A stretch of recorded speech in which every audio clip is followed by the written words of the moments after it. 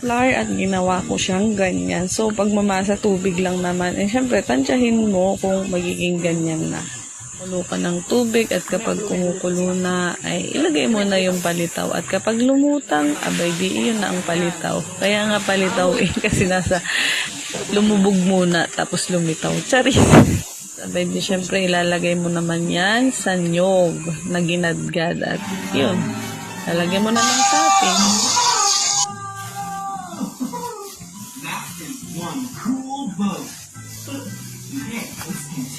Binibenta ko siya ng 3 for 20 pesos.